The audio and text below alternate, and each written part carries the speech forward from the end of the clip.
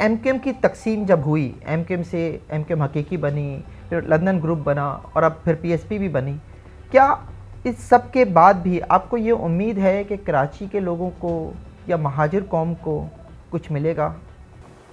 कौन सब एक प्लेटफॉर्म पे नज़र आ रहे हैं? जो लोग एमकेएम से छोड़ के गए आपके अलावा? दो ही लोग हैं, एक मुत्तहिदा कौम मूवमेंट पाकिस्तान और एक पीएसपी, ठीक है ना। इसके अलावा तो कोई और बहुत बड़ा मर्जर नहीं हुआ कि सारी पार्टियां जमा हो गई हों।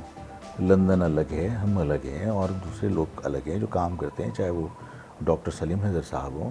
तो दो पार्टियों का मर्जर हुआ और दो पार्टियों का मर्जर भी ज़ाहिर है कि वो जिस तरह पहले था कि प्रेस क्लब के अंदर बुला के फारूक सत्तार साहब उस वक्त कन्वीनियर थे, उस वक्त मर्जर करने की कोशिश की, तो जिन लोगों की ख्वाहिश थी वो दुनिया जानती है। उसमें मतलब हम किसी को कहें कि भाई फ़लाँ की ख्वाहिश थी, तो उस ख्वाहिश को उस वक्त पाए तकमील तक ना पहुंचाया जा सका। उन्होंने अब कोशिश कर ली, इसलिए कि ज़ाहिर कमज़ोर पोजीशन में थे जो मुत्तहिदा को लीड कर रहे थे लोग, और जिन लोगों की ख्वाहिश थी कि उनके लोग पहले मुत्तहिदा को अपने कंट्रोल में लें और उसके बाद मुत्तहिदा को जो है वो ख़त्म करें, तो ये मरहलावार उस तरफ गाड़ी जा रही है। आप समझते हैं कि इन फ्यूचर जो है मुत्तहिदा कौम मूवमेंट पाकिस्तान ख़त्म हो जाएगी? बिल्कुल ख़त्म हो जाएगी। अभी भी मैं कहता हूँ कि अमलन मुत्तहिदा कौम मूवमेंट ख़त्म हो चुकी है।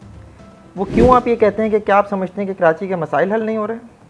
देखिए, कराची के मसाइल पे तो तवज्जो जिस वक्त अल्ताफ़ की मौजूदगी में जो काम हो रहा था उस वक्त भी ये मामलात स्टार्ट हो चुके थे कि आपने कराची बिल्डिंग कंट्रोल अथॉरिटी को परसेंटेज तय करके सिंध बिल्डिंग कंट्रोल अथॉरिटी में तब्दील करवा दिया और उस ऑर्डिनेंस के ऊपर दस्तखत भी जो है वो गवर्नर इरशाद उल इबाद ने किए। इसी तरह आपने वाटर बोर्ड को जो है वो एक जो केएमसी के मातहत था उसको आप अलग बोर्ड उसको बनवा दिया। तो इस तरह के बहुत सारे इक़दामात हुए जिसमें आपने ख़ुद हिस्सेदार बन के और उसको आपने फ़ैसलों पर उसकी मोहर तस्दीक लगाई, क्या कहते हैं उसको आप, तस्दीक की मोहर लगा दी, मोहर सब कर दी। रिज़ल्ट क्या है? कराची बिल्डिंग कंट्रोल अथॉरिटी जो एक शहरी इदारा था आज वो सिंध गवर्नमेंट के मातहत है। आज चपरासी भी सिंध उसमें एसबीसी के अंदर सिंधी है। तो ये इक़दाम तो उस वक्त स्टार्ट हो चुके थे। इसका मकसद है कि उस वक्त भी ये फ़ैसला कर लिया गया था कि नताइज कोई और बनाता है, और जब नताइज कोई और बनाता है और आवाम के वोटों से नताइज नहीं बनते तो फिर आवाम की परवाह करने की ज़रूरत क्या है। ये एहसास उस वक्त से परवान चढ़ रहा था और आज अपने उरूज पर है कि किसी को इस बात की परवाह नहीं है कि आवाम के मसाइल क्या हैं। भाई अगर असेंबली के अंदर बैठ कर जिस कोटा सिस्टम को आप मंशूर का हिस्सा बना के बैठे हुए थे उस कोटा सिस्टम के ऊपर हमारी लड़ाइयाँ होती रहीं कि ये मेरिट का कत्ल है, हमें यूनिवर्सिटी में एडमिशन नहीं मिल रहे, हमें इदारों में नौकरियाँ नहीं मिल रही, वो कोटा सिस्टम गैर मुअय्यना मुद्दत के लिए इमरान खान हम पर मुसल्लत कर देता है और वहाँ आप गवर्नमेंट के अंदर बैठे हैं और आपने गवर्नमेंट से अलग इख्तियार नहीं की, तो आपको अब आवाम के जज्बात की परवाह नहीं है। तो इसमें अब ज़ाहिर है कि जो तहरीक का मकसद था वो तो फौत हो चुका। अब सब अपनी अपनी ज़ाती बका की जंग लड़ रहे हैं। कोई इंडियन पासपोर्ट की वजह से ब्लैकमेल हो रहा है, कोई बल्दिया की फैक्ट्री के केस की वजह से ब्लैकमेल हो रहा है, और इन ब्लैकमेलिंग की वजह से आप पूरी पार्टी सरेंडर कर चुके किसी और के हाथों में। नतीजतन ज़ाहिर है कि लोगों को अब कोई उम्मीद नहीं है कि आप इस कौम के लिए कुछ कर पाएंगे। मैंने जो कहा कि अमलन मुत्तहिदा ख़त्म हो गई और लोग समझते हैं कि पीएसपी ख़त्म हो गई, ठीक है ना, तो मैं इसकी रिवर्स समझता हूँ। आपने कराची के शहरी इदारों की बात की कि माजी में गवर्नर सिंध के दस्तखतों से केबीसीए एसबीसीए बना दिया गया, तो आज तो जो कराची के और हैदराबाद की अगर हम बात करें तो वहाँ की मेयरशिप भी जो है वो अब पाकिस्तान पीपल्स पार्टी के पास है और आपने और एमकेएम ने तो इंतखाबात में हिस्सा ही नहीं लिया। देखिए, ये भी एक मनसूबाबंदी के तहत और किसी की फरमाइश पर हुआ। किसकी फरमाइश है? देखिए, अब इस फरमाइश के ऊपर मतलब आप कहते हैं ना कि भाई फलां के पर जलते हैं तो भाई हमारे भी पर जलते हैं। ओके। तो अब जाहिर है कि इस शहर के अंदर और मैंने अपनी गलती मानी, अपने कारकुनान से भी और अपने लोगों से भी मैंने उस पर माफ़ी मांगी कि मैं धोखे में रहा और मेरा फ़ैसला गलत था। लोकल गवर्नमेंट के इलेक्शन के वक्त यहाँ बैठकर लोगों ने जो मुलाकात करने आए थे मुझसे कहा कि आप अभी इलेक्शन नहीं होंगे और हम इलेक्शन नहीं होने देंगे, क्योंकि माजी में मुत्तहिदा कौमी मूवमेंट का जो किसी काम को रोकने का अंदाज़ रहा है वो लाशें थी।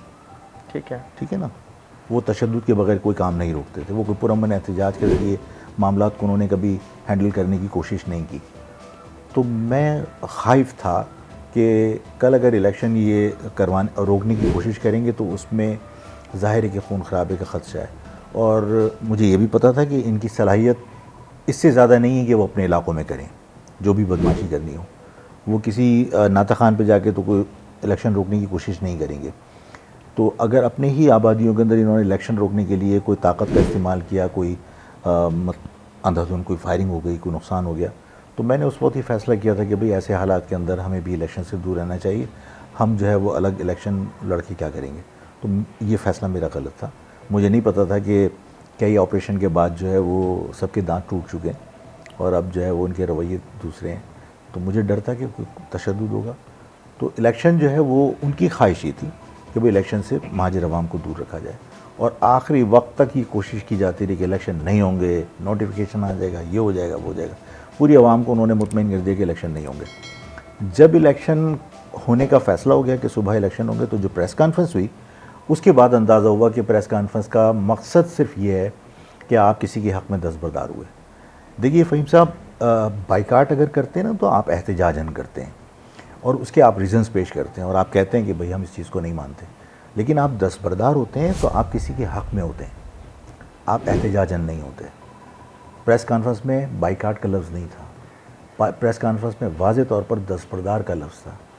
बाइकाट की भी मुखालफत थी। जिन लोगों ने इनसे काम लिया उन्होंने मना किया कि बाइकाट का लफ्ज़ नहीं, तो आपने दस्तबरदारी का लफ्ज़ इस्तेमाल किया और इलेक्शन से दूर हुए। तो वो शहर किसी ने छीना नहीं, आपने दिया, प्लेट में रख के दिया है बाकायदा, और किसी की फरमाइश पे दिया, तो उसकी ज़ाहिर कीमत वसूल की गई। और अगर कीमत वसूल करने की मैं बात करता हूँ तो हर जगह हर मौके पर, क्योंकि यही वतीरा रहा है कि किसी की हिमायत की तो पैसे वसूल किए, किसी की मुखालफत की तो पैसे वसूल किए, इमरान खान की गवर्नमेंट छोड़ी तो उसके पैसे वसूल किए, किसी पार्टी को सपोर्ट किया, किसी की हुकूमत को सपोर्ट किया तो उसके पैसे वसूल किए।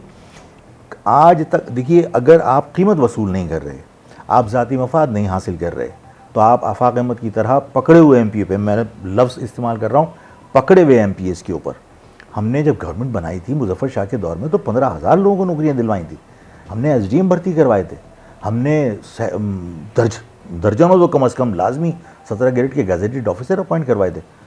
अगर आप ज़ाती मफाद नहीं ले रहे होते तो पूरी गवर्नमेंट आपके 4 वोटों पर टिकी हुई थी इमरान की। आज भी आपकी गवर्नमेंट, वफाक की गवर्नमेंट जो है वो आपके वोटों की मोहताज है। आपने कौम को क्या दिया? आप आज तक पानी नहीं ले सके, आज तक आप लोगों को नौकरियां नहीं दे सके। आप लोगों को ये समझा रहे होते हैं सिंधियों ने आपकी तमाम नौकरियां खा ली। बिल्कुल सिंधियों ने हमारी नौकरियां खाई। आप वफाक की गवर्नमेंट के अंदर बैठे हुए हैं, आप वफाक में उनसे कह सकते थे कि हमारे ज़ख्मों पे कम से कम आप तो मरहम रखिए, आप तो कम से कम केपीटी में और पीआईए में जो फेडरल गवर्नमेंट के इदारे हैं उनमें हमें नौकरियाँ दे दीजिए। आपने वहाँ पर भी नौकरियाँ नहीं मांगी, इसलिए कि आप उसकी कीमत वसूल कर चुके हो। अफाक साहब, अब ज़रा मुल्क की सियासत की बात कर लेते हैं। ये पार्टी में से पार्टी निकालना ये तो साल से जारी है। इस वक्त जो मुल्की लेवल पे इस वक्त हो रहा है, आप क्या समझते हैं कि इलेक्शन तक ये ऊँट किस करवट बैठेगा? देखिए फ़हीम साहब, ये मामला तो पाकिस्तान बना उसके बाद से ही शुरू हो गया था कि मुस्लिम लीग कभी किसी के हाथ में और कभी किसी के हाथ में। उस ज़माने से ही हमारी जो इस्टेब्लिशमेंट है या एजेंसियां हैं उनका अमल दखल शुरू हो गया था पॉलिटिक्स में। तो ज़ाहिर है कि उनके पंजे इतने मजबूती से गड़े हुए हैं कि आज भी वो सिलसिला उसी तरह जारी है। मैं प्रेस कॉन्फ्रेंस जो मैंने सुनी थी उसमें आईएसआई चीफ खुद बैठे थे आईएसपीआर के साथ, जी बिल्कुल, जबकि कभी इस किस्म की कोई हमें नज़ीर मिलती नहीं है। उसमें उन्होंने कहा था कि अब हमारी फ़ौज का सियासत में कोई किरदार नहीं है। तो उसको बड़ा खुशाइंद मैंने कहा था, लेकिन मैंने साथ में कहा था कि पूरे पाकिस्तान से किरदार ख़त्म हो गया हो लेकिन कराची से किरदार ख़त्म नहीं हुआ और मुझे होता भी नज़र नहीं आ रहा। तो जो वफाक के अंदर भी हुआ अभी तहरीक इंसाफ में कि भाई लोग पार्टी छोड़ के गए, तो उसमें लोग ये कहते हैं कि भाई ठीक है वफादारियाँ तब्दील कर ली लोगों ने, और कुछ लोग कहते हैं करवा दी लोगों ने।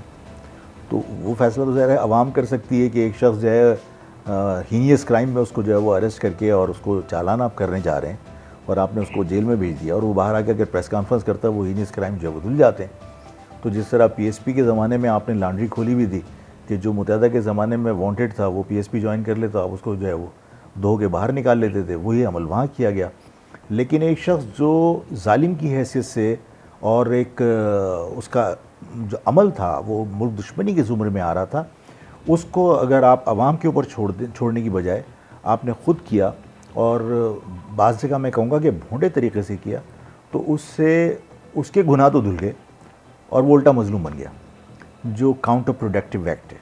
मैं खुदा न खास्ता किसी की मुखालफत नहीं कर रहा, ज़ाहिर है कि उन्होंने मुल्क के मफाद में सोच के कोई फ़ैसला किया होगा। अब इन हालात के अंदर मैं एक बात और आपके इसमें ऐड कर दूं कि लोगों ने शायद नोटिस ना लिया हो, लेकिन मैं तो ज़ाहिर उसका एहसास करता हूँ, इसलिए कि इस मुल्क से मोहब्बत है, इस पाकिस्तान से हमारी वाबस्तगी हमारे बुज़ुर्गों की कुर्बानियों के नतीजे में है कि जो हालात इस वक्त हुए हैं, चाहे वो किसी ने वफादारियाँ तब्दील करवाईं या तब्दील की गई, 98% नॉन पठान जिन्होंने वफादारियाँ तब्दील की, और जो लोग मुश्किल वक्त में भी इमरान के साथ खड़े हैं वो 98% पठान हैं। ये बड़ी सिग्निफिकेंट चीज़ है, और कल ये चीज़, ये जो दरार है इसको वाइडन करेगी। देखिए, कौमी धारे की पॉलिटिकल पार्टी के अंदर अगर जिस तरह लोग अलग हुए हैं उनका, और जो लोग उनके साथ वफादार हैं उनका तनासुब अगर बराबर होता समझ में आती, लेकिन यहाँ 98% वफादारियाँ तब्दील करने वाले कोई और हैं और जो लोग उनके साथ जुड़े हुए हैं वो कोई और हैं। ये फ़र्क वाज़ेह है जिसको लोगों को समझना चाहिए और इसका एहसास करना चाहिए कि ये कल इस मुल्क के लिए नुकसान देना हो। आपने अभी कहा कि कुछ लोगों ने सियासत से अपना किरदार ख़त्म तो किया है, लेकिन कराची की हद तक नहीं किया। तो आइंदा इलेक्शन में आप कराची से क्या रिजल्ट देख रहे हैं? असल में कराची एक ऐसा इलाका है, बड़ा गुंजान है जी। और दूसरा, कराची के अंदर जो अर्बन पॉपुलेशन जो यहाँ की लोकल है, महाजिर, वो बहुत बड़ी तादाद है। जो नॉन महाजिर हैं उनका इतना इंटरेस्ट भी नहीं होता, लेकिन ज़ाहिर है कि महाजिरों का इलेक्शन मफाद होता है। जो दो चार ऑपरेशन यहाँ हुए ना, उसके बाद इस कौम में बुरी तरह अजनबियत का एहसास है, और जो लोग यहाँ पर अमन व अमान कायम करने के लिए आए हैं उन्हें भी गालिबन बाहर से ब्रीफिंग दे के भेजा जाता है कि भाई जहाँ जा रहे हो वो लोग बहुत सोशल मीडिया पे जो टर्म इस्तेमाल हो रही है डोमिसाइल का फ़र्क है। तो जब वो लोग यहाँ आते हैं तो वो हमें अजनबी समझ रहे होते हैं, और हम जब उन्हें देखते हैं तो उन्हें अजनबी समझ रहे होते हैं। और उसके बाद जिस तरह का खौफ लोगों के दिल में इन 4 ऑपरेशंस के बाद बैठा है, तो अगर इस्टेब्लिशमेंट के ज़िम्मेदार चाहे वो किसी भी सूरत में मौजूद हों, अगर वो कोई चीज़ों को मैनिपुलेट करना चाहते हैं और वो ज़ोर से ज़मीन पे पाँव मारें तो लोग डर के मारे हट जाते हैं। पंजाब में रिज़ल्ट तब्दील करना इतना आसान नहीं होता। देहात में जब इलेक्शंस होते हैं तो मैंने पहले अर्ज़ की थी आपसे कि वहाँ पर इलाके का चौधरी जो है वो फ़ैसला करता है कि मेरे पिंड के लिए तुम क्या काम करोगे, वादे वही लेता है, और उसके बाद अगर उसने पिंड के चौधरी ने फ़ैसला कर लिया तो पिंड का चौधरी इलेक्शन के दिन पग बांध के ना पूरे लोगों को गिनती करवा के वोट डलवाता है, और इलेक्शन के नताइज आने तक वो पोलिंग बूथ के बाहर बैठता है। तो वहाँ इलेक्शन के नताइज तब्दील करना मुश्किल होते हैं। अर्बन एरियाज़ में बिलखुसूस जो महाजिर पॉपुलेटेड एरियाज़ हैं, ऑपरेशन की वजह से जितना खौफ लोगों के अंदर है, और फिर इलेक्शन के नताइज जिस तरह बनते रहे हैं, उसमें इलेक्शन में जो अदम दिलचस्पी है, उन सब चीज़ों का फ़ायदा उन लोगों को होता है जो बनने वाली गवर्नमेंट्स की स्ट्रिंग्स हिलाने के लिए ब्लॉक वोट्स अपनी पॉकेट में रखना चाहते हैं, और उसके लिए कराची से बेहतर उनके लिए कोई जगह नहीं है। ये इस वजह से मैं कहता हूँ कि कराची का रिज़ल्ट मैंडेट स्कैटर्ड होगा, लेकिन किसी की ख्वाहिश और मंशा के मुताबिक बनाने की कोशिश की जाएगी। 100% तो ज़ाहिर है किसी को किसी चीज़ पर इख्तियार नहीं है। इस ज़मीन पे खुदा कोई और नहीं है, ज़मीन पर वही खुदा है जिसने फ़ैसले करने। तो ज़ाहिर है कि यहाँ ज़मीन पे जो खुदा किसी को समझे तो उसको तो हर चीज़ पर कुदरत नहीं है ना। एक कॉम्प्रेस रहनुमा से मेरा आखिरी सवाल ये है कि कराची वाले एक ट्रम है, कराची हाइट्स, ये उन लोगों के लिए भी इस्तेमाल होती है जो साल साल से नस्लों से इस शहर में रहते हैं। क्या आप उन्हें कबूल करते हैं? अच्छा, मैं इस मामले में कहना चाहता हूँ कि देखिए, जब पाकिस्तान बना तो पंजाब से लोग हिजरत करके यानी जो वाघा बॉर्डर था वहाँ से भी आए, और खोखरा पार मुनबाव से भी आए। ना सिंध ने नहरी ज़मीन के पास हमें रुकने दिया, ना पंजाब ने, और उन्होंने कहा पाकिस्तान आगे बनाए, जो हमारे बुज़ुर्गों ने हमें बताया, और इस डेजर्ट में ला के छोड़ दिया था जहाँ पे वाकई पानी नहीं था। समंदर का पानी खारा आप कहाँ इस्तेमाल करते? खारा दर और मीठा दर में 2 ही कुएँ थे, एक खारा दर का वो यानी खारा पानी का कुआँ था, और एक मीठे दर पे मीठे पानी का कुआँ था। तो एक कुएँ से पूरे हिंदुस्तान से आने वाले महाजिर तो पानी नहीं पी सकते थे। इसके बावजूद यहाँ पर उन्होंने गुजारा किया, और फिर उस शहर को अपनी सलाहियतों से, जो लोग वहाँ से आए थे हुनरमंद थे, पैसे वाले थे, उन्होंने आके पाकिस्तान को पैसे भी दिए, पाकिस्तान को सपोर्ट की, फिर उन्होंने अपनी कम्युनिटी को भी सपोर्ट की। मतलब जिस तरह अभी शर्जील का कल परसों स्टेटमेंट में देख रहा था कि महाजिर यहाँ आए थे और हमने पनाह दी थी, तो मतलब अजीब सी बात है कि 3 सनतकार जो हिंदुस्तान से आए थे, 3 महीने की पूरे पाकिस्तान के एम्प्लॉयज़ की तनख्वाह उन्होंने दी थी। तनख्वाह देने के लिए पैसे नहीं थे पाकिस्तान के पास भी और सिंध के पास भी। जो हमें भिखारी कहते हैं वो खुद भिखारी थे पहले, और मतलब हालत बुरी थी। मैं उनको भिखारी कह के उनकी तज़दीक नहीं कर रहा, इस अल्फाज पे माफ़ी चाहता हूँ।